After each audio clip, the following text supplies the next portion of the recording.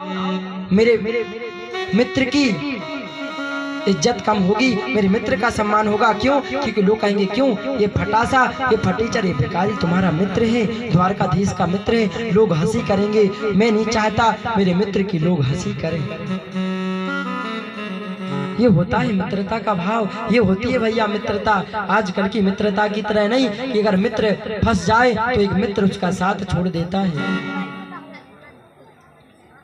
और सुदामा जी जा रहे हैं नंगे पांव, फटी धोती पहने जा रहे हैं। और जाते जाते एक नदी मिलती है, एक सरोवर मिलता है, एक वृक्ष के नीचे बैठ जाते हैं। वृक्ष के नीचे बैठ करके उनका मन होता है कि मैं यहीं से लौट जाऊं, मैं ना जाऊं। और अपने हृदय में जुदाई का एक तरफ ये भी लग रहा कि गोविंद को देखा नहीं, गोविंद के दर्शन हो जाएंगे। और एक ही भाव लेकर के मुश्किल है सहना करना ये दर्द जुदाई का, मुश्किल है सहन करना ये दर्द जुदाई का, मुश्किल है सहना करना ये दर्द जुदाई का, मुश्किल है सहन करना ये दर्द जुदाई का। मुझे कुछ तो बता प्यारे कारण रुसवाई का, मुझे कुछ तो बता प्यारे कारण रुसवाई का।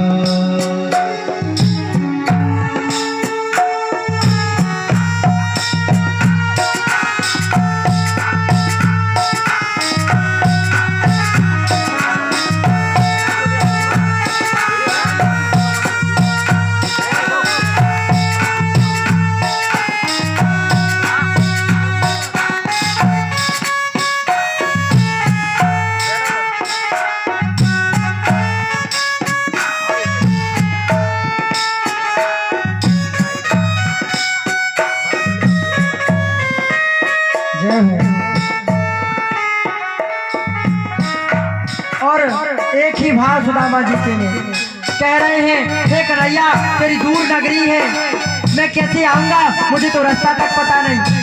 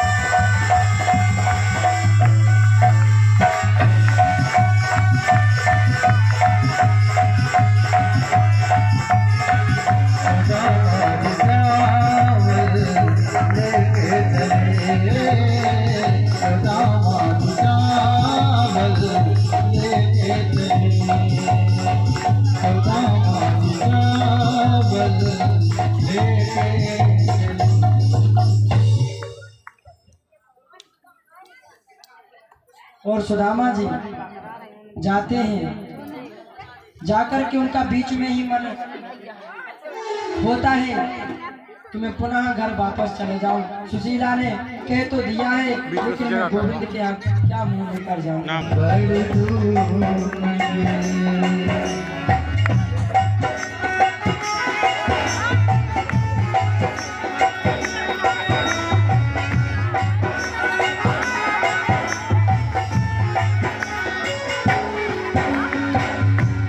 तुम्हें आऊं तो कान्हा तेरी मोहना दे, रात में आऊं तो कान्हा तेरी मोहना दे, दिन में आऊं तो कहा, दिन में आऊं तो देखे तारी गगनी हरी दूर नगरी।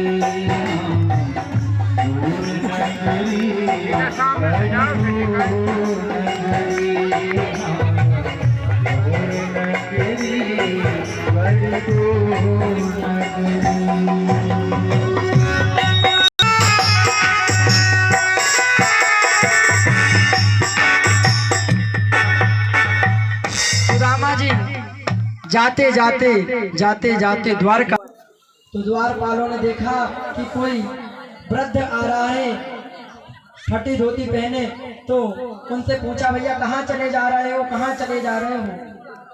तो सुदामा जी ने कहा कि भैया मुझे कृष्ण से मिलना। बोले कौन कृष्ण? बोले कृष्ण मेरा बचपन का यार है। बोले अरे कहाँ द्वारकाधीश, कहाँ तुम भिखारी? बोले वो तुम्हारे मित्र नहीं हो सकते। तो सुदामा जी कहते हैं अरे भैया, अरे द्वारपालों से कन्हैया कहते हैं। सुदामा जी कह रहे हैं अरे द्वारपालो कन्हैया से कह दो,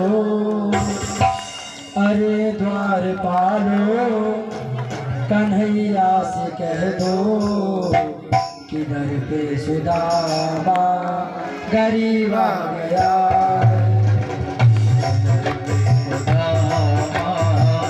गरीब आया है, इधर पे सुदामा गरीब आया है। अरे द्वारपालो कन्हैया से कह दो, अरे द्वारपालो कन्हैया से कह दो, इधर पे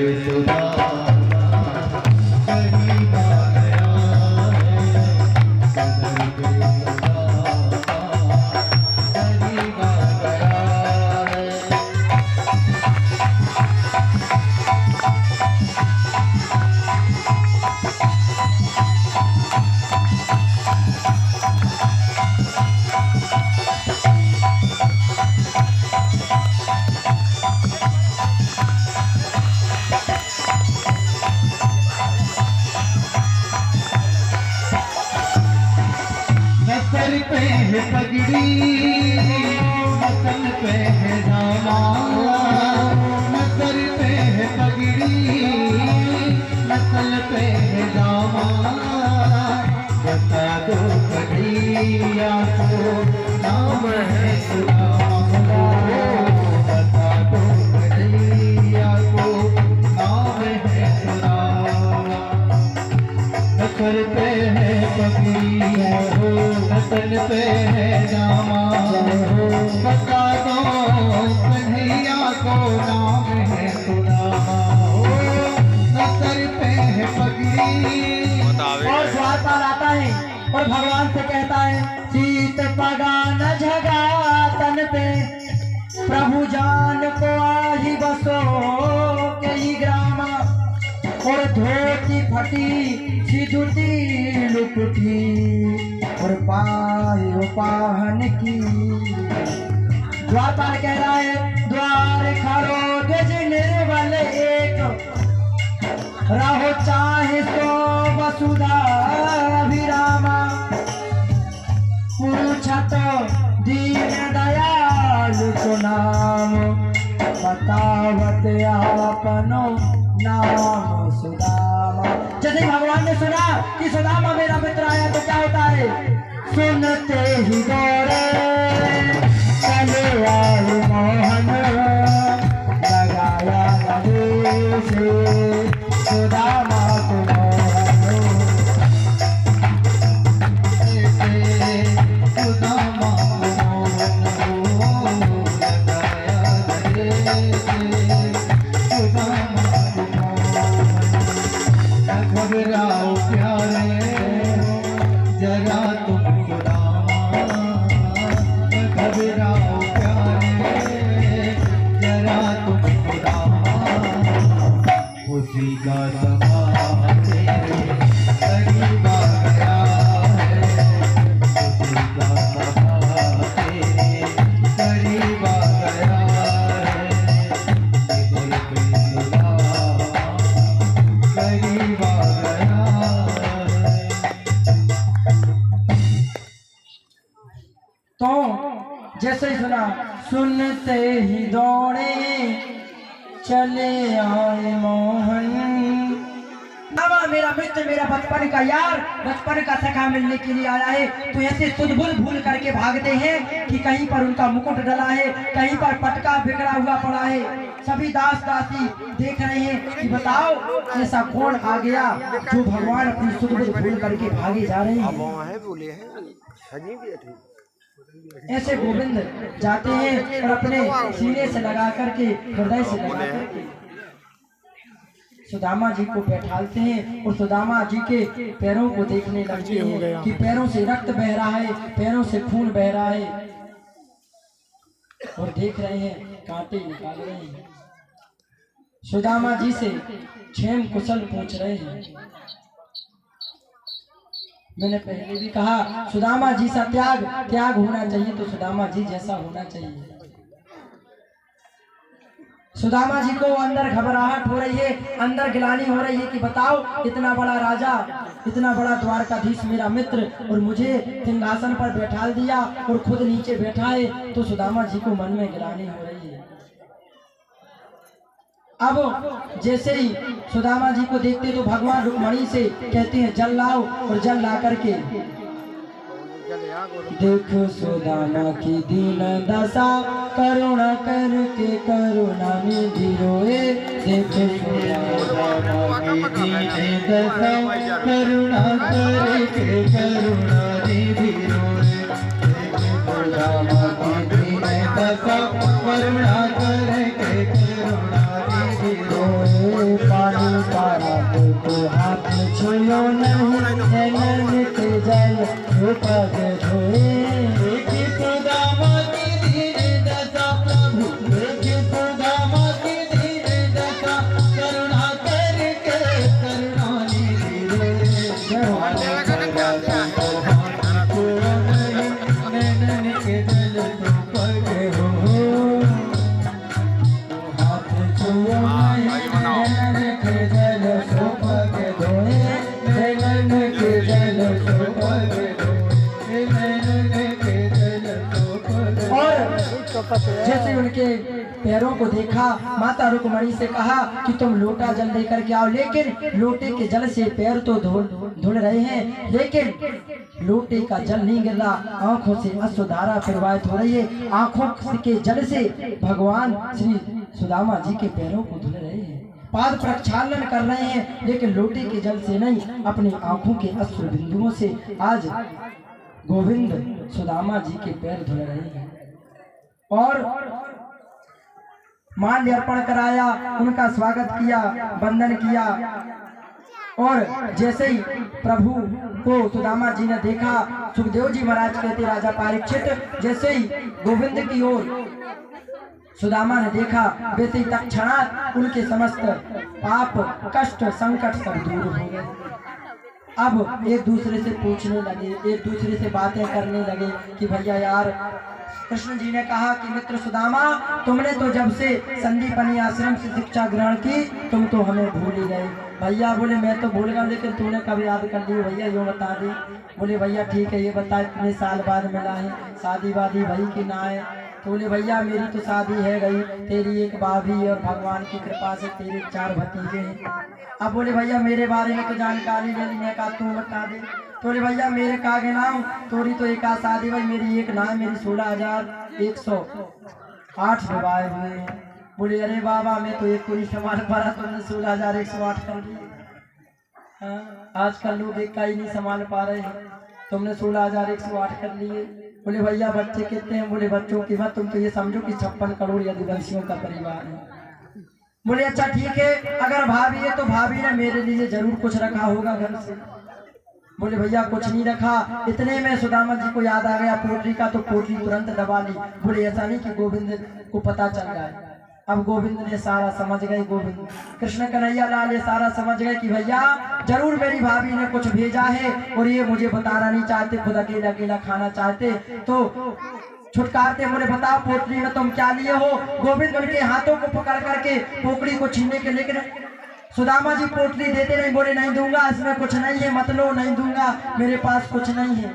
लेकिन गोविंद नहीं मानते हैं, गोविंद अपनी तरफ खींचते हैं और सुदामा जी अपनी तरफ खींचते हैं, और ऐसा करते करते अंतोगत्ता गोविंद ने पोटली सुदामा जी के हाथों से, सुदामा जी के कंधे से छीन ली, और पोटली को अपने हाथ में लिया, और हाथ में लेकर के पोटली को खोला, और जैसे ही खोला तो उस पोटली में 7 प्रकार के चावल थे। वो 7 प्रकार के चावल नहीं, उस चावलों में माता सुशीला का भाव है, माता सुशीला का प्रेम है, और माता सुशीला की भक्ति है, और माता सुशीला का पुकार। माता सुशीला ने क्या कहा? उस चावलों को गोविंद देख करके आंखों से अश्रुधारा प्रवाहित कर रही है कि माता सुशीला का प्रेम, माता सुशीला का अनुराग, इसमें भाभी का प्यार छुपा है। वो समझ गए कि भाभी ने किस उद्देश्य से सुदामा जी को मेरे पास भेजा है।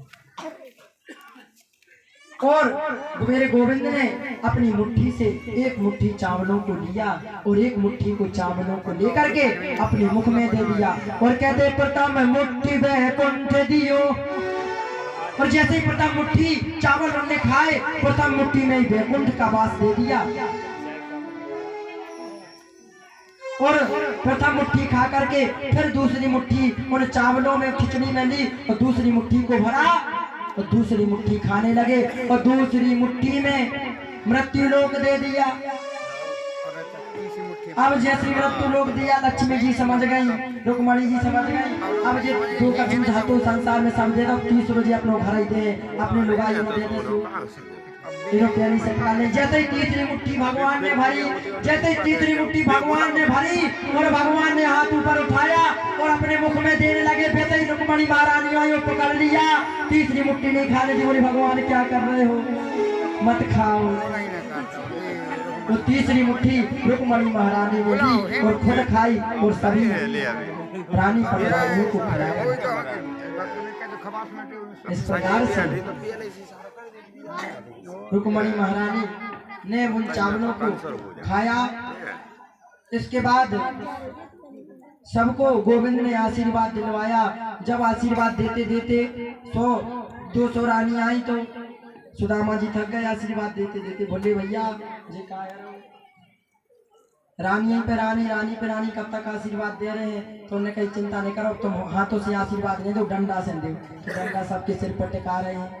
अब फिर भी हाथ थक गए, 500 रानियां हो पाई। बोले भैया कन्हैया ऐसे ऐसे तो हमें 2-4 साल तक बैठो रहने पर हमें आशीर्वाद दे। सुनने की काम करो, हाथों में जल लो, गंगा जल अभिमंत्रित करो और सभी रानियों पर छिड़कवा दिया।